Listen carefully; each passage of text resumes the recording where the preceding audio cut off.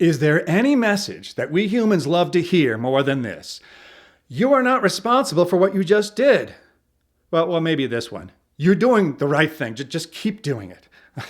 Maybe that's a close second. But boy, do we love not to be responsible for our actions. Probably not too surprising, then, that we love it when someone feeds us exactly what we want to hear. Enter Sam Harris and his book, Free Will.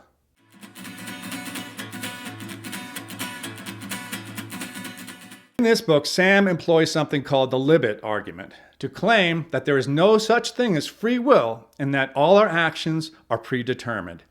He says this fact affects morality, law, politics, public policy, well, just about everything, I guess. Now, Libet's experiments were performed in the 1970s and showed that, under certain conditions, unconscious neural responses preceded test subjects' actions by something like 500 milliseconds.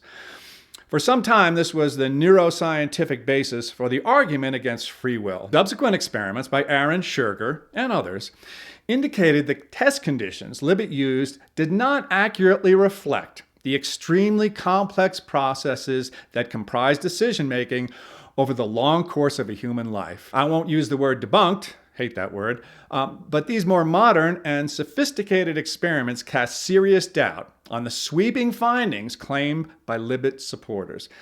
Undeterred, Sam now claims that his argument does not hinge on neuroscience, but instead on the logical incoherency of free will. All right. You have a number of YouTube channels who have jumped on this bandwagon with both feet. For these folks, this looks like an atheist gift from on high. It seems like a science-based way to ignore the hard and inconveniently obvious lessons of life on Earth. That choices matter. And maybe more importantly, when it comes to Homo sapiens, that free choices matter most of all. Now, the idea that we have unlimited life choices and free will is no more valid than the argument that we have none. We are all, of course, influenced by our experiences, our genes, and our circumstances. Some of us have obstacles to overcome that others don't. Often these obstacles make our lives more difficult. Occasionally, they make our lives more rewarding. The truth almost certainly lies somewhere in between, with some of our life outcomes being determined by luck and some being determined by the choices that we make. The theory of determinism, which is what these folks are really supporting, it's a mildly interesting philosophical thought experiment, and absolutely nothing more.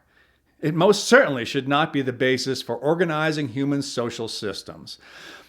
Do your homework, folks. Human social systems based on individual free will and autonomy have proven to be the most successful systems in the history of the world.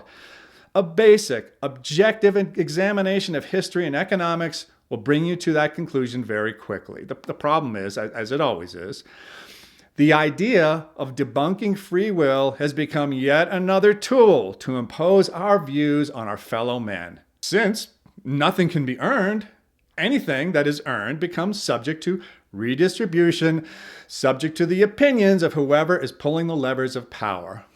If free will is an illusion, and those who have succeeded don't deserve their success, why is their first instinct always to take bold, decisive action to make sure that someone else levels the playing field? Charity begins at home, folks. Surely, if those who hold these opinions were to live subsistence lifestyles and give the fruits of their success to others, their actions would be helpful to those others. Look past the excuses. It's not enough. It's not fair. And a great one, thanks, Bill Gates. It's not scalable. There's one and only one reason why there aren't a lot of Bill Gateses, or what's the plural of Gates? I don't know. Anyway, there's only one reason you don't find a lot of these folks living in 2-bedroom apartments in Camden, New Jersey, having donated all their money to Uncle Sam and truly doing their utmost to help their fellow man. They don't want to. That's the truth. And that's understandable. Have you ever been to Camden? What's not understandable, at least to me, is how you make a rational argument to force your fellow men in the name of income inequality, or whatever is the cause du jour, to part with what he may believe are the just fruits of his labor while sitting on in Sam Harris's case, a nice pile of cash that you apparently didn't earn.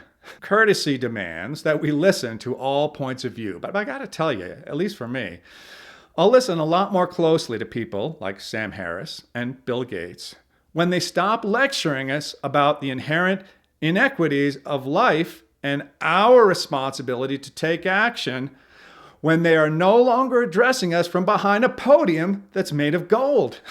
Sam Harris seems to think it's unconscionable for Bill Gates to be allowed to keep his billions, but it seems perfectly okay for Sam to be allowed to keep his millions. That's convenient, huh? These two gentlemen have many philosophical differences, but on this issue, they are lockstep. Sam Harris, he's a very smart man and one heck of a debater.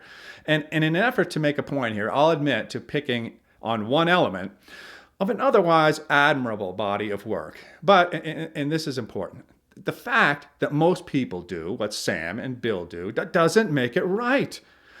Opponents of freedom have plenty of nonsensical excuses as to why their freedom to take is more important than their neighbor's freedom to earn.